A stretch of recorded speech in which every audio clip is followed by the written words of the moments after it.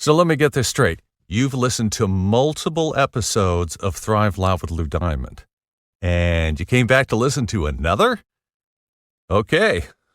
Well, let's just chalk that up to issues. Would you like to learn from those that are taking their lives, their businesses, and their passions to the next level? Best-selling author of Speakeasy and master connector Lou Diamond is here to connect you to some of the most inspiring and amazing people on this planet. Get ready to thrive loud with Lou Diamond.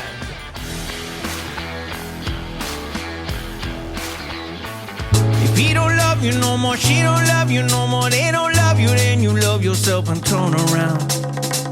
If he don't love you no more, she don't love you no more, they don't love you, then you love yourself and turn around. Breathe. Welcome, everyone, to another spectacular episode of Thrive Loud with Lou Diamond, connecting you to the most inspiring and amazing people that are thriving each and every day. I'm your host, Lou Diamond, and today on Thrive Loud, we have an international speaker, entrepreneur, artist, philanthropist, and the mother of two kids. She is the co-founder of Mindvalley, a leading publisher in the personal growth industry. Her brand new book, Becoming Flawesome. She shares her own journey from being on top of a personal growth empire to stepping aside, conscious uncoupling from her husband, and walking her path towards being honest with herself. Thrive Loud listeners, we're going to walk through fear into courage here on Thrive Loud with Kristina Mand-Lakhiani. Kristina, how are you today? I'm good. Thank you, Lou, for having me. It's a pleasure and an honor. Kristina is coming to us from Estonia. And as Yes. you can tell by this very amazing accent that she has, she will sound much better than I do. She will keep you engaged the whole way through, and we're going to learn a little bit about her story. Here's what I love to do on this show, Kristina. I love to do like a little rewind. I don't want to go all the way back to the womb. I kind of want to go back to how this all became your gig. Like basically explain to the listeners, because I've learned about you, but they don't know who you are.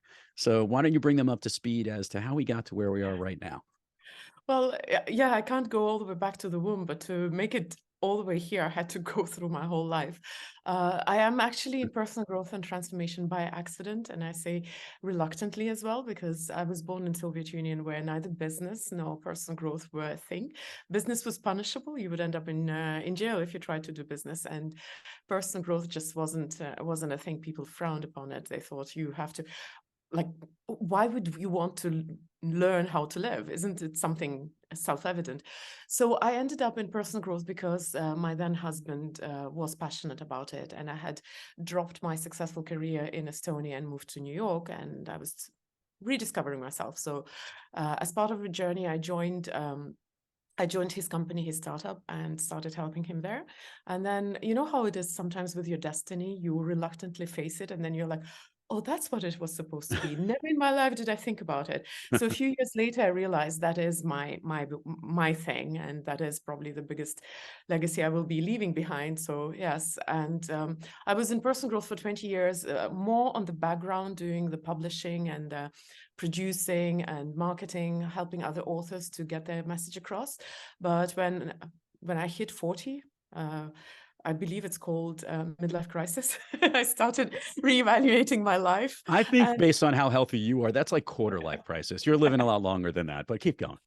that's true. That's true. We are going to live longer than the previous generations. But sometime around then, I started reevaluating my choices in life up to that moment, and so that your listeners actually understand, it's not like I was in a dead end or something was wrong. Being a perfectionist and a very ambitious person, of course, I was going full speed ahead towards success according to society's definition, so checking all the right boxes. But with all that, I somehow didn't feel happy. So I started asking myself questions. How is it so? Obviously, I felt guilty for not feeling happy. How dare I not feel happy? And that's how a message was born in me. And I had to cross over from producing other authors into becoming an author. That was years back. And here I am now. And here you are now giving lots of messages and great content and helping people understand really how to. One of the things that I caught about some of the stuff that you do is you're very focused on helping people recognize their faults, but also appreciate how great they are. Yeah, Yeah. you were talking about my accent.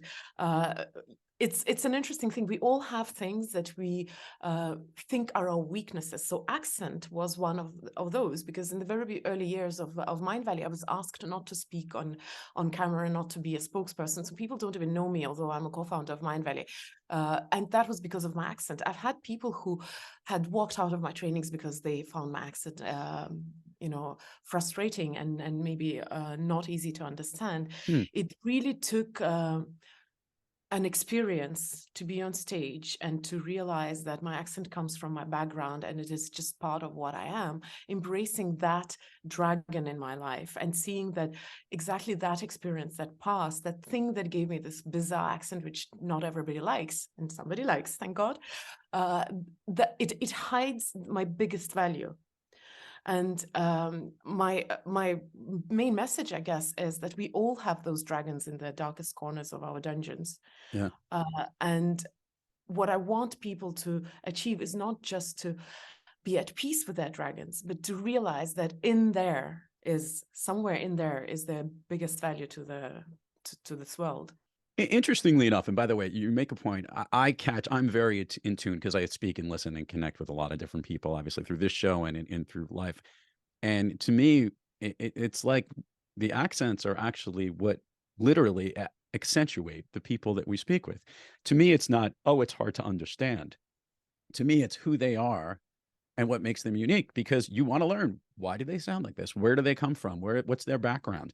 Those are the things. And by the way, that's what makes you you. And for those that are listening, by the way, I can't even imagine why anyone would not find your voice understanding. It's so delightful to listen to. Great combination. What was the term you gave me of the combination of all the things that you have? It wasn't from Estonia and India, but you merged it all together. Oh, yeah, India is, I'm actually, I was born in Belarus. It's one of the most messed up countries in Europe. Of course, now Russia has overtaken Belarus in that aspect. But I was born in Belarus. My mom is Polish. My dad is Estonian, and I spoke 2 languages by birth. And I married into an Indian family. I've been part of Indian family for 20 years. So yes, it's a strange mixture. Dinner must be delicious. That's all I can tell. That's a lot of different cultures of great food. Yeah. Kristina, let's talk about this, Becoming Flawesome, which, by the way, is a spectacular title. Talk about how this whole book came to inception and what the main undercurrent message is about this amazing book you put out. So, it's very interesting being in that industry. Of course, you know how many times I heard the phrase, you have to write the book. It's crazy. And that was before I even crossed over to become an author. So somewhere deep inside, I did want to write a book. As you can tell by my not artificial but real background, I could toss my slipper there and you'll see it's real. I really love really love literature. So for me, writing is a little more than just a business model. So while I knew that I should write a book and maybe sometime I'll write a book, I just didn't feel that I was ready. So being in digital industry, of course, I have a few programs that I've created, but with a book, it was not as simple. And then COVID hit, and I guess we all a little bit more existentialist during our confinement with ourselves.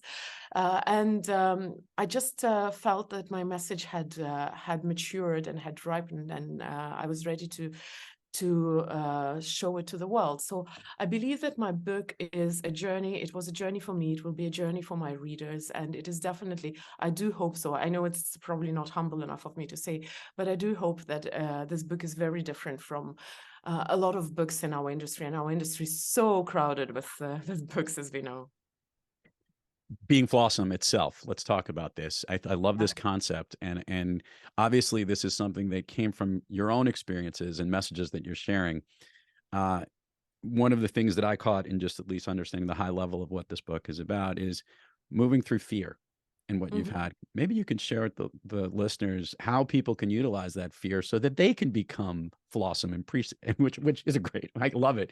Just appreciating the flaws and being awesome with who you are. Is that kind of where this book directs you to? It is. Yeah, it's not my invention, this word. It was randomly alone on internet. Nobody owned it. So I adopted this little orphan of a Flawesome, and I loved the word the moment I saw it.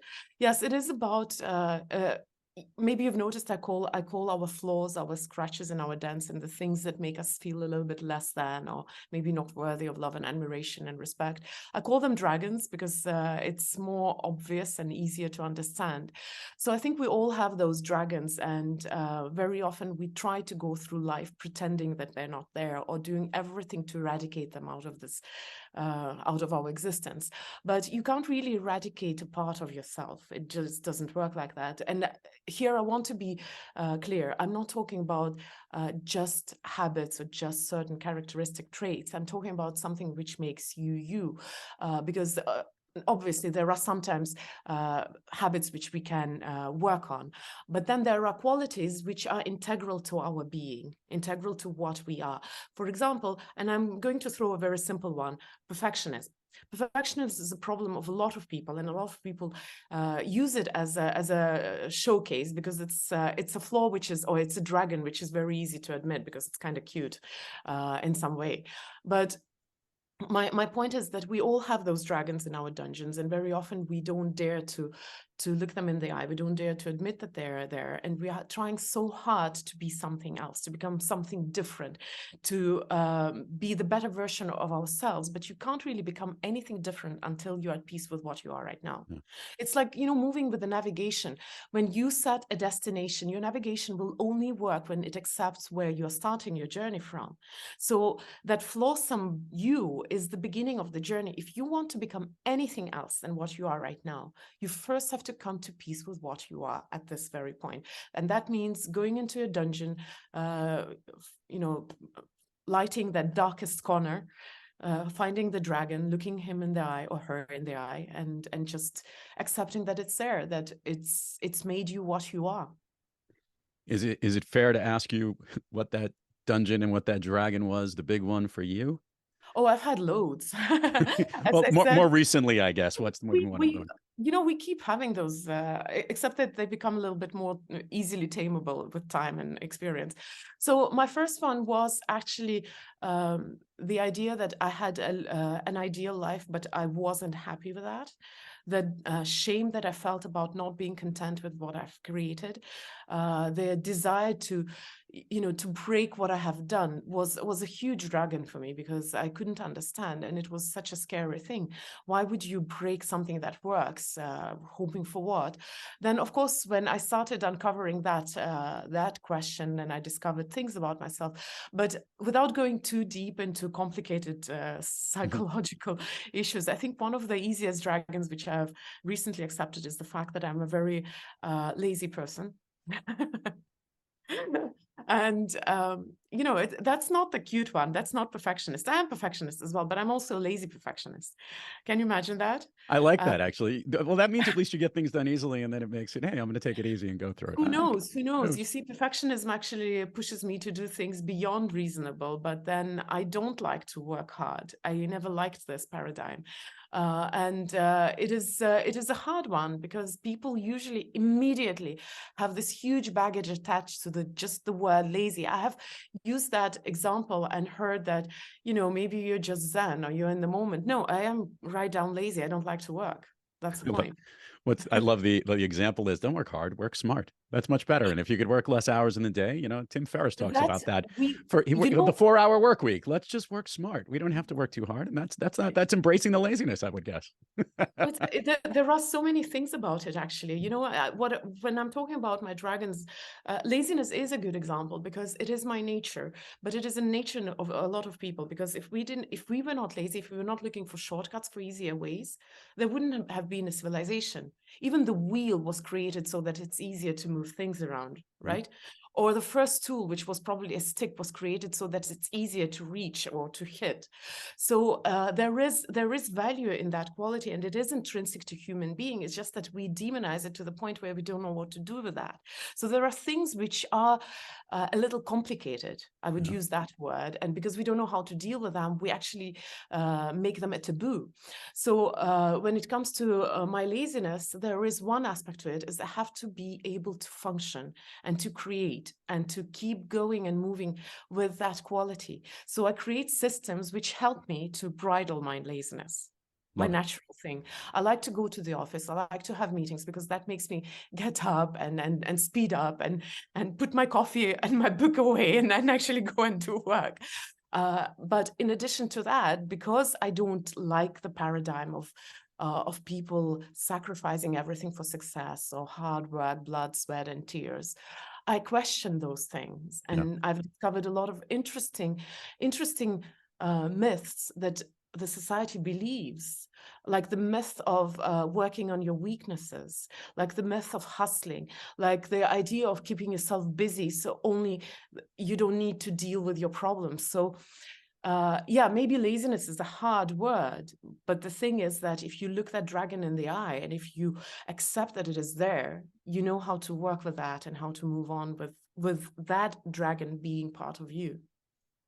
Kristina, I love asking authors this question. I want to see where this goes. When you created this book, the gift was to the readers so that they can take the lessons that you've learned.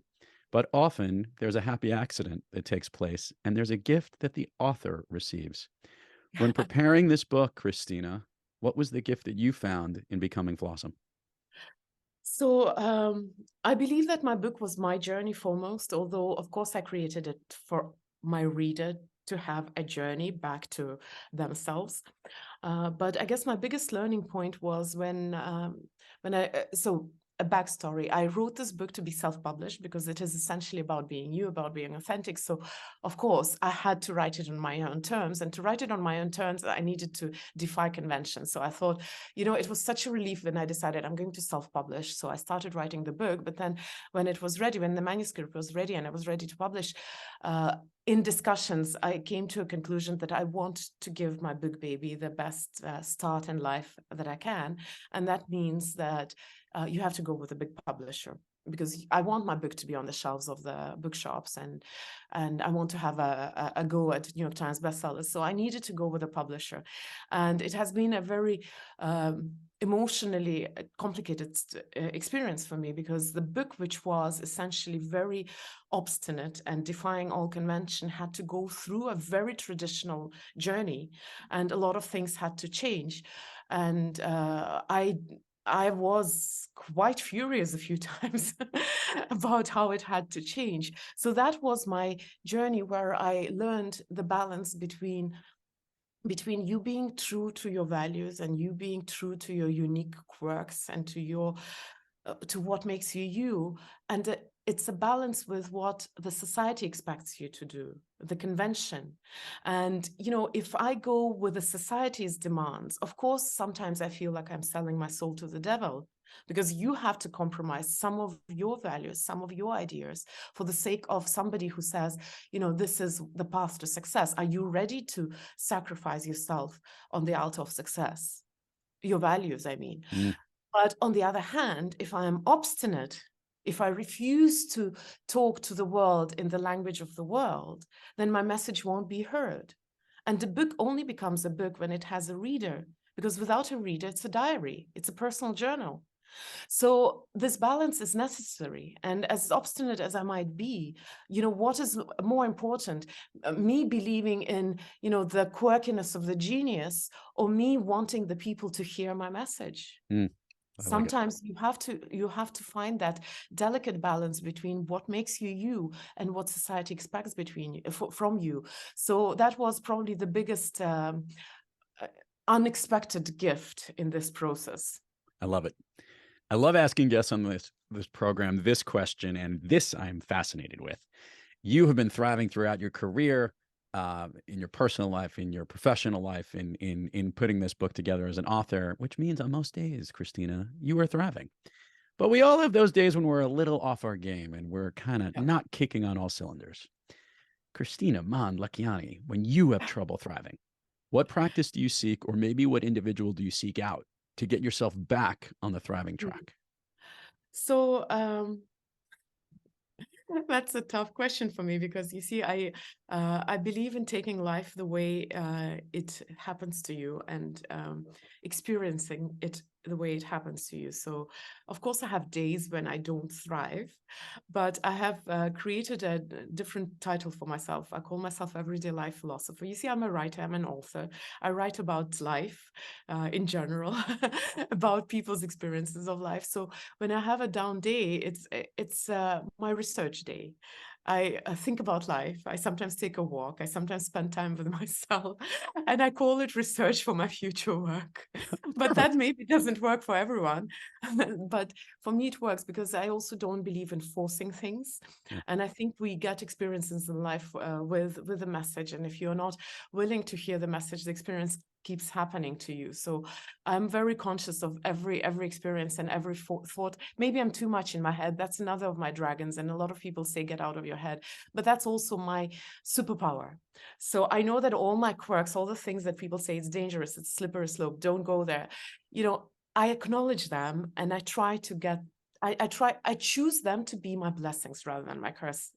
So yeah, because I'm always in my head, I'm an everyday life philosopher. Whatever happens to me, if it doesn't move me forward towards my dreams, it's a research material for me. I like it. Let's do the admin part of the show real quickly. We're going to put it all in the show notes. Kristina, share with the listeners all the places people can learn about you, find you, websites, URLs, whatever you want to share. We'll put it all in the show notes, but it gets more engagement when they hear it from you. So, of course, my website would have all the links to everything, to all the social media, to my programs, to my book. And my website is kristinamand.com. Kristina Mand is written in Estonian, which is with a K. And my family name is Mand, kristinamand.com.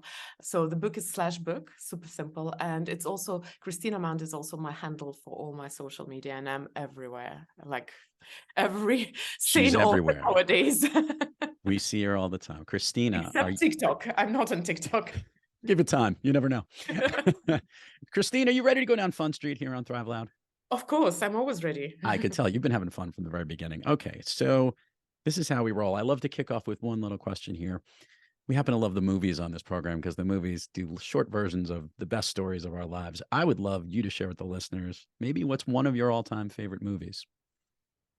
You know, one movie that I quote a lot is Cinderella, surprisingly. The mom there says a very, it's the 2005 version, because it starts with a beautiful quote by Cinderella's mom who says, have courage and be kind. And it's really an essence of a lot of things that I teach. Of course, from the point of view of this discussion, I think wonderful movie is Wonder.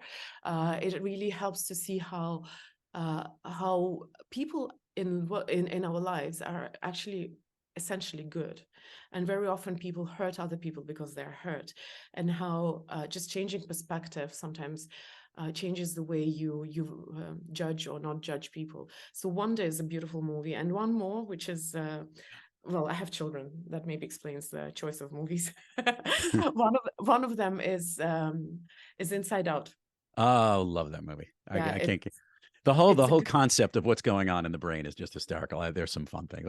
Of course, it's incredibly simplified, but it's a good movie. Yeah. So these movies I quote a lot, and I do prefer lighter movies because, of course, I sometimes appreciate very heavy, dark, but deep movies. But I prefer to watch lighter movies because life is too much to be taken seriously.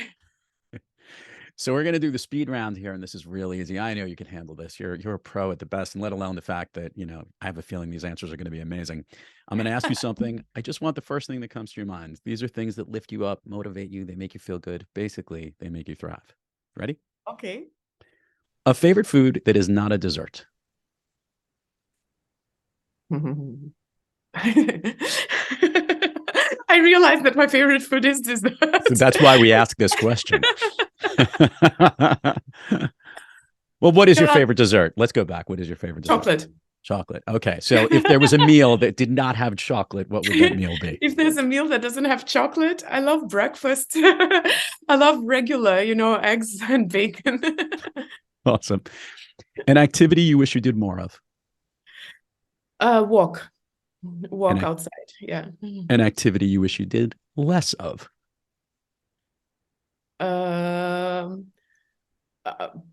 Scroll internet randomly when I'm tired. If I could snap my fingers, and Kristina, you could be anywhere in the world, Where are you? Ecuador. Have you been? Yeah. I go there to a rainforest, to the jungle. I love it. That's amazing. Kristina Mand-Lakhiani, Becoming Flawesome. Truly a pleasure to have you on the show. Thank you so much for coming here, and thank you for everything you do. And we will make sure everyone gets a chance to check out this amazing book you put out into the world. And thank you for coming on Thrive Loud. Thank you. And to all our listeners out there, thank you for joining us. And until next time, keep moving onward and upward. And remember, be brief, be bright, be gone. When there ain't no ceiling, breathe, baby, you ain't gotta worry no more. Just breathe, we'll be waiting on the dance floor. And let your body let it go. Your best case scenario. Love don't come in stereo, baby. You've been listening to Thrive Loud with your host, Lou Diamond. Check us out on the web at thriveloud.com and follow us on Instagram, LinkedIn, Twitter, and Facebook at Thrive Loud. And check us out on the Good Pods app at Thrive Loud, where you can follow, listen, and connect directly to Lou and all of the Thrive Loud episodes. Thanks for listening.